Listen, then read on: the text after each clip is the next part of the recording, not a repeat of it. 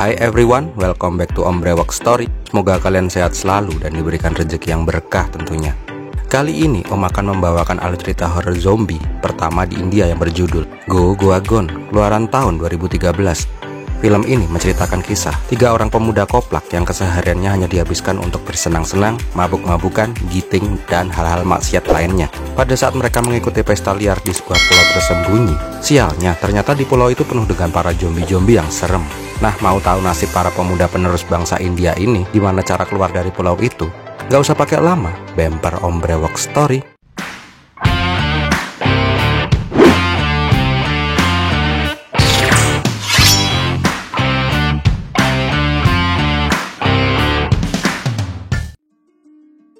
Awal kisah diperlihatkan 2 orang pemuda yang menonton film horor India yang sangat serem.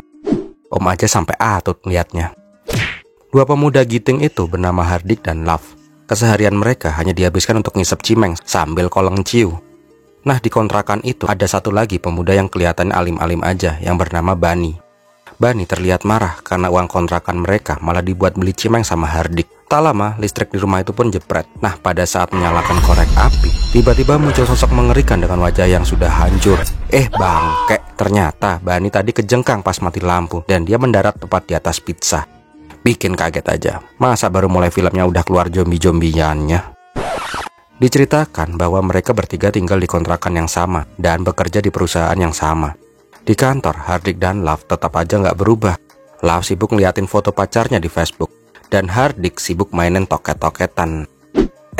Ada yang tahu nggak ya beli gituan di mana? Om kayaknya pengen beli deh buat mainan di rumah.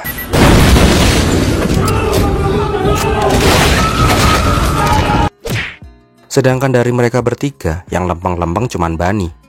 Karena gabut, Hardik dan Love akhirnya ngegenjes di toilet. Sambil giting, Love menceritakan bahwa dia sangat mencintai pacarnya dan ingin segera melamarnya. Tetapi Hardik malah berpikiran sebaliknya. Dia menyarankan Love untuk hidup bebas seperti saat ini. Bisa giting bareng, bisa koleng bareng, bisa gonta-ganti cewek setiap hari. Nah, di sini Love malah menjadi tersadar. Dia akhirnya memutuskan untuk merubah hidupnya yang kacau seperti ini. Demi pacarnya, dia ingin berhenti menjadi bad boy. Hardik jelas saja bingung, nih anak kenapa sampai bisa alim kayak gini ya? Sesampainya di rumah, Love langsung membuktikan keseriusannya. Dia langsung membuang barang-barang haram di rumah itu dan mencukur brewoknya. Dan jelas aja langsung update status di Facebook. Sedangkan di kantor, terlihat Hardik yang giting sama teman kantornya. Karena terbawa suasana, mereka pun akhirnya tukeran iler. Pas lagi seru-serunya gulat lidah, Hardik tiba-tiba keluar. Dia ke apotek untuk membeli condoms. Di sini penjaga toko menanyakan, mau rasa apa pak? Ada rasa mangga, duren, apel, rendang, soto lamongan, atau ayam geprek. Nah, karena pengen sensasinya beda, Hardik memilih kondom rasa ayam geprek. Megap-megap tuh bibir bawah. Saat kembali ke kantor, Hardik langsung semangat. Ternyata temannya itu nggak pengen gituan. Hardik aja yang tadi kegeeran. Sialnya lagi, ternyata bos mereka belum pulang dan malah mengecek ruang meeting itu. Akhirnya, dengan telanjang dada, Hardik mencoba kabur dari jendela. Walaupun udah mencoba ngumpet, tetap aja dia dikenalin sama bosnya. Karena panik, Hardik malah melompat dari gedung itu. Wih! Tak lama, Hardik sudah sampai di rumah dengan kaki dan tangan yang sengklek. Sesampainya di rumah, dia kaget karena Love sudah berubah jadi mode alim. Dan barang-barang haram di kontrakan udah pada dibuang semua ke tong sampah. Nah, beberapa saat kemudian terlihat Love dinner dengan pacarnya. Di sini, Love berencana melamar Priyanka. Tetapi di sana ada mas-mas yang terlihat sedang mengawasi Love dan Priyanka. Karena risih diperhatiin terus, Love mencoba menanyakan kepada mas-mas itu. Karena kesal, mereka akhirnya malah adu mulut dan terjadi pergulatan di antara mereka. Ternyata Priyanka mengenal mas-mas itu. Sebenarnya mas-mas itu adalah selingkuhan Priyanka. Nah, maksud Priyanka bertemu dengan Love adalah ingin meminta putus karena dia udah bosan dengan Love. Priyanka berencana mau liburan dengan mas-mas itu ke Goa. Sesampainya di rumah, Love merasa sakit hati dan dia kembali memutuskan untuk kembali ke kehidupan bejatnya kembali. Jelas saja Hardik seneng karena dia kembali menemukan tandem gitingnya lagi. Nah, pas lagi peluk-pelukan sesama batang, Bani datang dengan gembira karena dia mendapatkan kesempatan untuk presentasi dari kantornya ke Goa. Dia mendapatkan fasilitas hotel dan pesawat bisnis. Mendengar kata-kata Goa, Hardik dan Love langsung girang. Keesokan harinya, secara sepihak Hardik dan Love membatalkan tiket pesawat Bani dan mereka dengan seenaknya mengikuti Bani ke Goa karena pengen liburan gratis. Singkat cerita, mereka sampai di Goa. Nggak pakai lama, nih 2 mas-mas pembuat onar langsung berenang. Konyolnya, walaupun lagi berenang, mereka tetap aja nyimeng. Nah, pas lagi gabut, mereka malah saling tarik-tarikan kolor. Sialnya, kolor Love malah hilang entah kemana. Dan di saat yang sama, terlihat cewek seksi, bohai semok yang pakai bikini biru yang bernama Luna. Gak lama, Luna berenang di kolam dan menghampiri Love. Ternyata, Luna udah tahu kalau Love lagi bugil. Dia juga membawakan kolor Love yang tadi kabur. Singkat cerita, akhirnya mereka pun berkenalan. Di sini, Love terlihat mulai naksir sama Luna. Dia pun akhirnya mengajak Luna untuk makan malam. Tetapi Luna berkata, bila nanti malam dia dan teman-temannya akan berpesta di pulau tersembunyi yang diselenggarakan oleh mafia Rusia. Mendengar ada pesta liar, Love langsung mengajak sohibnya yang lagi nyoba ngerayu cewek di bar.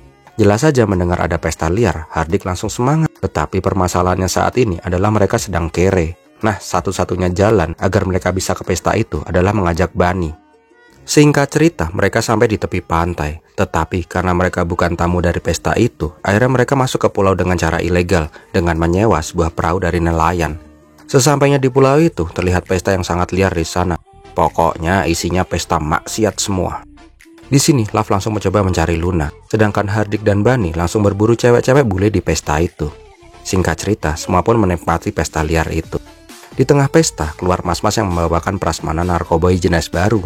Nah, pas Hardik mau mengambil narkoboy itu, dia harus kecewa karena harganya per pilnya sangat mahal. Karena dia lagi bokeh, dia nggak jadi ngambil narkoboy itu. Nah, karena nggak dapat narkoboy, Hardik melampiaskannya dengan enak-enak dengan mbak-mbak bule di tepi pantai. Sedangkan Love dan Luna juga ikutan mojok. Nah, pas lagi enak-enaknya ngobrol, tiba-tiba Love mencoba menyosor Luna. Tetapi Luna menolak tukeran iler dari Love. Luna mengatakan, kita baru kenal, udah mau nyosor aja. Karena marah, Luna akhirnya meninggalkan Love sendirian yang kentang. Nah, di tempat pesta, terlihat semakin banyak orang yang mengkonsumsi narkoboy itu. Dan terlihat mereka pun pada kolong dan terlihat seperti mayat hidup. Pagi harinya, Hardik terbangun di tepi pantai. Nah, pas masih ngumpulin nyawa, dia melihat orang-orang menyerang mas-mas yang lagi pipis di tepi pantai. Tak lama, Love datang dan menanyakan kemana Bani. Ternyata Bani lagi curhat sama cewek bule di sana. Tetapi anehnya, cewek bule itu terlihat mulai bertingkah aneh dan mukanya tiba-tiba pucet. Untungnya Love dan Hardik memanggil Bani sehingga dia bisa pergi dari mbak-mbak itu. Ternyata mbak bule itu berubah menjadi seperti mayat hidup. Tak lama terlihat mas-mas bule Rusia yang membawa celurit. Ini orang Rusia atau orang Madura ya? Karena nggak bisa bahasa Rusia, tiga sekawan itu nggak paham kalau tuh bule Rusia memperingatkan mereka kalau di pulau itu saat ini lagi banyak zombie. Nah, sialnya, tiba-tiba Mas Rusia itu malah dimamam sama para zombie. Melihat itu, jelas aja tiga serangkai itu langsung ngacir dong. Nah, pada sampai di tengah hutan, mereka melihat sebuah flare dari villa di atas gunung. Love menyadari bahwa Luna pasti ada di sana, karena semalam dia berkata dia akan bermalam di villa sama teman-temannya. Love berencana mengecek villa itu. Tetapi Hardik dan Bani nggak setuju, karena takut dengan apa yang baru saja mereka lihat. Tetapi karena setia kawan, akhirnya mereka setuju mengecek villa itu. Di perjalanan, mereka malah saling berdebat. Yang tadi itu apa ya? Di India nggak ada hantu macam tadi loh. Kalau di India hantunya nggak keluar siang-siang. Hardik kemudian mengatakan, aku pernah lihat film horor. Fix mereka itu zombie. Pokoknya jangan sampai kena gigit. Nanti kita berubah jadi zombie juga loh. Singkat cerita, mereka sampai di villa yang dimaksud. Di sana terlihat kacau dengan ceceran darah di mana-mana. Nah, untungnya Luna masih selamat. Ketika melihat Luna adalah cewek yang melenuk, Hardik yang sebelumnya ogah nyelamatin Luna malah langsung meluk-meluk Luna. Dasar playboy cap kuda lumping. Luna kemudian menceritakan semalam salah satu temannya terlihat sakit setelah memakan narkoboy jenis baru. Setelah itu tiba-tiba dia berubah menjadi zombie dan mulai menyerang dirinya dan teman-temannya. Untungnya dia selamat, sedangkan teman-temannya nggak tahu gimana keadaannya saat ini. Nah, pas lagi mau kabur dari villa, tiba-tiba muncul teman-teman Luna yang sekarang udah jadi zombie. Bukannya kabur, mereka malah mencoba menghadapi para mbak-mbak zombie itu. Akhirnya terjadi pertempuran antara tiga serangkai koplak dan mbak-mbak zombie dengan bikini.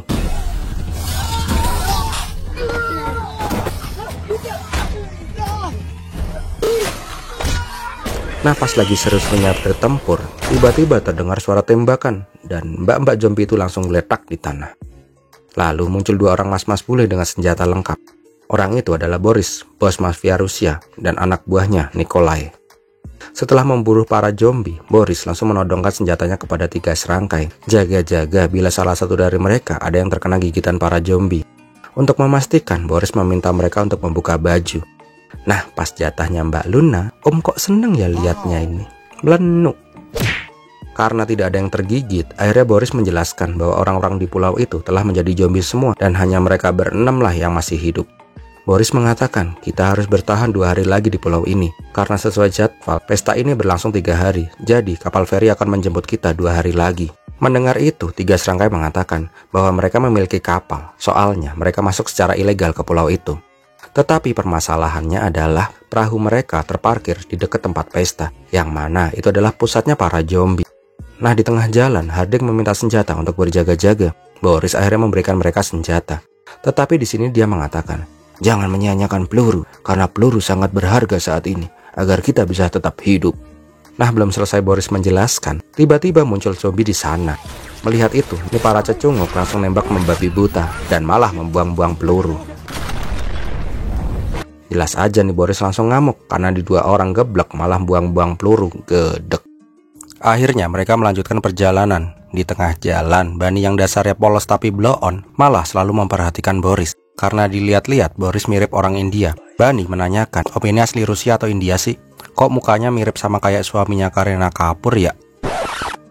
Akhirnya Boris mengaku dia itu orang India tulen. Tetapi karena lama jualan seblak di Rusia, akhirnya dia menjadi mafia Rusia. Tak lama, Nikolai memberi isyarat berhenti. Nah, Boris juga memberikan isyarat kepada 3 serangkai. Tetapi dongoknya, 3 serangkai malah main tebak-tebakan. Ada di laut? Tidak. Di hutan? Iya. Bisa dimakan? Bisa jadi. Gendruwo? Tidak. Zombie. Ya, betul. Nah, nggak lama muncul konvoi zombie. Karena atut, mereka semua langsung nangkring di atas pohon. Nah, sialnya, Hardik malah terjatuh sehingga dia dikejar-kejar sama om-om zombie. Untungnya, Boris bisa membunuh zombie itu. Kemudian mereka kembali melanjutkan perjalanan. Di sini, Boris menjelaskan bahwa penyebab munculnya zombie-zombie itu adalah narkoba jenis baru yang mereka konsumsi. Dia tidak tahu bila narkoba yang dia pesan bisa berefek seperti itu. Tak lama, Nikolai melihat sebuah mobil. Di sini, Boris meminta para cecunguk untuk mengecek perahu di tepi pantai, dan dia dan Nikolai akan mengecek mobil. Sesampainya di tepi pantai, ternyata perahu yang mereka parkir udah nggak ada. Tiba-tiba muncul perahu dari kejauhan, tetapi ada seorang mbak-mbak bule di atas perahu. Ternyata itu adalah mbak-mbak bule yang semalam genjot-genjotan bareng Hardik. Nah, karena Hardik itu playboy cap kuda lumping, teman-temannya meminta Hardik untuk merayu mbak zombie itu. Nah, namanya zombie kok ya dirayu. Jelas saja mbak zombie itu langsung nyerang Hardik. Tak lama, Boris datang dengan mobil jeep. Ketika mengetahui bahwa perahunya hilang digondol sama mbak-mbak zombie, Boris mengatakan, "Arus di pulau ini berputar. Kita tunggu aja 12-18 jam. Pasti perahu itu akan kembali lagi besok." Nah, tujuan mereka selanjutnya adalah mencari tempat berlindung sementara. Singkat cerita, mereka menemukan sebuah villa terbengkalai. Akhirnya mereka memutuskan bermalam di villa itu. Tetapi di tengah malam, Boris berencana keluar untuk mengambil barang miliknya di suatu tempat. Jelas saja Luna dan yang lain gak mau ditinggal di villa itu. Tetapi Boris tetap ingin pergi. Akhirnya mereka mengunci semua pintu dan tetap waspada. Nah, di tengah malam, Luffy yang uring-uringan akhirnya mencoba masuk ke kamar Luna. Nyaris aja dia dihantam sama si Luna. Di sini Luffy meminta maaf atas perbuatannya semalam. Dia mengatakan bahwa setelah putus, dia mengira bisa mendapatkan cewek di pesta liar. Luna mengatakan, "Gak apa-apa kok, aku udah gak marah lagi kok. Lagian aku berterima kasih karena kalian menyelamatkanku tadi." Nah, setelah Luffy pergi, terlihat Hardik yang lagi kebingungan nyari makanan karena lapar. Karena instingnya, dia pun masuk ke kamar Luna. "Mas, mau nyari makanan atau mau nyari apam kembar ya?" Di sini Hardik malah curhat kalau dia nggak percaya cinta. Enakan juga cinta satu malam. Itu karena dulu dia pernah di ghosting sama cewek pas lagi sayang-sayangnya dan dicabut pas lagi enak-enaknya. Hardik pun mewek karena mengingat-ingat kenangan pada saat dia dulu di ghosting. Nah, pada saat Hardik mewek, Luna mencoba menghiburnya. Emang nih cowok hornian, dia langsung mengambil kesempatan nyosor si Luna. Jelas aja dia langsung diusir dong. Sialnya, pas di luar, tiba-tiba muncul sosok gede hitam yang langsung menyerang Hardik. Untungnya, Luna berhasil mendorong mas zombie itu. Singkat cerita, akhirnya terjadi pergulatan di antara mereka. Berbagai macam cara dilakukan. Dari nutupin pakai selimut, lempar-lempar pisau, dan yang paling epic, nyenterin tuh zombie pakai senter. Nah, konyolnya pakai senter malah berhasil. Pas mau ngecek tuh zombie, ternyata tuh zombie masih hidup. Sekarang malah jadi lebih serem karena tuh zombie udah dipasangin lampu halogen. Ini mah udah kayak motor NMAX yang dibuat touring. Untungnya Luna berhasil menumbuk tuh zombie sampai entet. Karena keributan itu, para zombie-zombie yang lain akhirnya datang ke villa itu. Karena udah terkepung, mereka pun akhirnya mencoba kabur. Sialnya, para zombie udah ngepung mereka semua. Karena bingung, Love mengatakan, "Gua pernah lihat di film, zombie itu geblek. Bagaimana bila kita berpura-pura menjadi zombie, biar kita dikira temennya?" Jelas aja yang lain gak mau, karena itu ide buruk. Tetapi karena itu ide Love, maka yang lain menyuruh dia melakukannya dulu. Kalau berhasil, yang lain bakal ngikutin. Karena gak punya pilihan lain, Love langsung mengikuti gaya para zombie. Mas, ya. Om liatnya kok nggak kayak gaya zombie ya? Itu malah lebih mirip YouTuber yang kena stroke karena dikejar-kejar suruh sering upload sama subscribernya. Nah bangkeknya, gaya YouTuber stroke itu berhasil mengelabui para zombie asli. Fix buat para YouTuber, kalian berbakat menjadi zombie. Nah pas udah mau keluar dari kerumunan zombie, Love malah melihat mantan pacarnya di sana yang sekarang udah jadi zombie. Melihat Priyanka, akhirnya penyamaran Love malah terbongkar. Akhirnya mereka semua ngacir kabur karena dikejar-kejar para zombie. Singkat cerita, akhirnya mereka kembali menyusuri pulau untuk mencari jalan keluar dari pulau itu. Nah, di tengah hutan, Hardik melihat sebuah kuil kecil di sana. Dia meminta kepada dewa, bila mereka semua selamat, dia akan bertobat. Nah, ini nih manusia. Kalau ada masalah langsung tobat. Kalau lagi seneng-seneng, maksiat ingatnya. Di tengah perjalanan, Bani mulai pesimis dan berkata, "Bro, kayaknya gue bakalan mati duluan deh. Kalian pernah lihat nggak di film-film horor? Biasanya yang mati duluan tuh orang yang paling cupu." Nah jelas aja, pas Bani lagi pipis, tiba-tiba keluar zombie di sana. Pas udah pasrah, Hardik langsung datang untuk menolongnya. Singkat cerita, mereka pun sampai di tempat pesta. Di sana terlihat kosong dari para zombie. Mereka akhirnya memutuskan berpencar untuk mencari makanan atau senjata. Tetapi sialnya, di sana ternyata lagi ada prasmanan zombie. Dan baru deh para zombie itu keluar semua. Mereka akhirnya malah terkepung. Sialnya lagi, Bani malah lari sendiri dan masuk ke dalam tenda. Naasnya, dia tidak berhasil lolos dan dimamam sama para zombie. Sedangkan yang lain lari ke dalam hutan. Untungnya Boris datang pada waktu yang tepat. Dia langsung menembaki para zombie itu. Dor dor dor, ting ting ting, dor ting ting dor. Sialnya, pas ingin masuk ke dalam mobil, ada salah satu zombie yang berhasil ikutan masuk dan menggigit tangan Nikolai. Setelah itu di dalam mobil semua terdiam. Karena Bani yang tak berhasil selamat dan Nikolai yang terinfeksi zombie. Di tengah jalan, Nikolai yang sadar sebentar lagi dia akan berubah memutuskan untuk turun. Akhirnya mereka pun berpisah dengan Nikolai. Di tepi pantai, mereka meratapi kehilangan orang-orang yang mereka sayang. Di sini, Boris menawarkan putau kepada yang lain, biar sedikit rileks gitu. Di sini, Luna marah-marah kepada Boris, karena Boris meninggalkan mereka demi bubuk tepung maizena itu, sehingga mereka hampir mati semua. Sedangkan Hardik dan Love masih tidak percaya bahwa Bani sudah meninggoy. Tetapi tiba-tiba Hardik mendapat telepon. Ternyata itu telepon dari Bani yang berhasil selamat. Mengetahui bahwa sahabatnya masih hidup, akhirnya mereka berniat menyelamatkan Bani.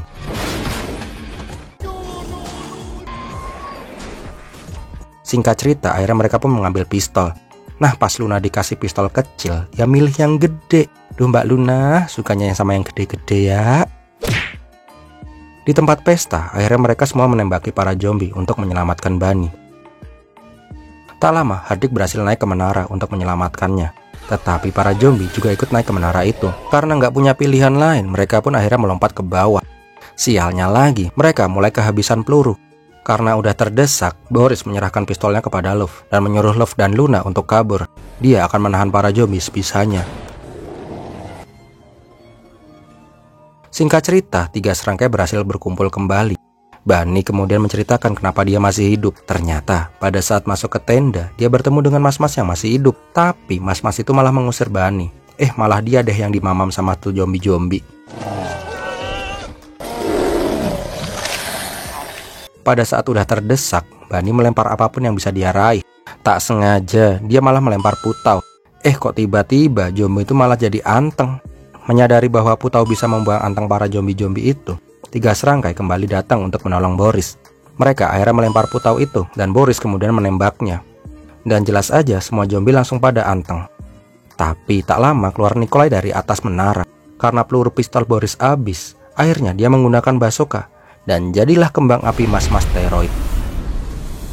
Singkat cerita, mereka semua sampai di tepi pantai. Tetapi ketika Boris hendak menembak Ariana, Hendrik menghalanginya. Dia mengatakan bahwa walaupun saat ini dia zombie, tetapi pas kemarin aku main kuda-kudaan sama dia, enak banget coy. Jadi please, aku nggak mau lihat dia mati gini. Akhirnya Hadik mencoba merayu Ariana kembali. Nah kali ini dia berhasil menggiring Ariana ke tepi pantai dan main kejar-kejaran ala film India. Ini kan emang film India ya.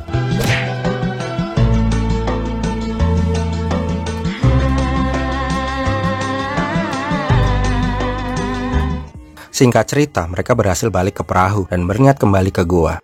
Tetapi alangkah kagetnya mereka, sesampainya di daratan, terlihat di sana sudah porak-poranda.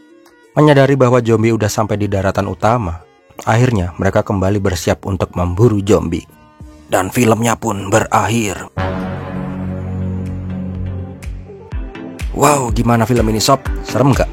Om Atut pas nonton film ini sih serius takut jadi YouTuber stroke. BTW, yang tanya film ini ada kelanjutannya apa enggak? Jawabannya kemungkinan ada. Om lihat di Mbah Google, sequel film ini akan tayang tahun 2023. So, pesan moral dari film ini, say no to narkoboy. So, bagi kalian suka dengan video ini, silahkan untuk like, comment, dan share. Jangan lupa juga yang belum subscribe, untuk subscribe dong. Dan klik lonceng notifikasi agar kalian gak ketinggalan video-video terbaru dari channel Om Brewok Story. Terima kasih sudah menonton, Om Brewok pamit, Pirmi Latihin.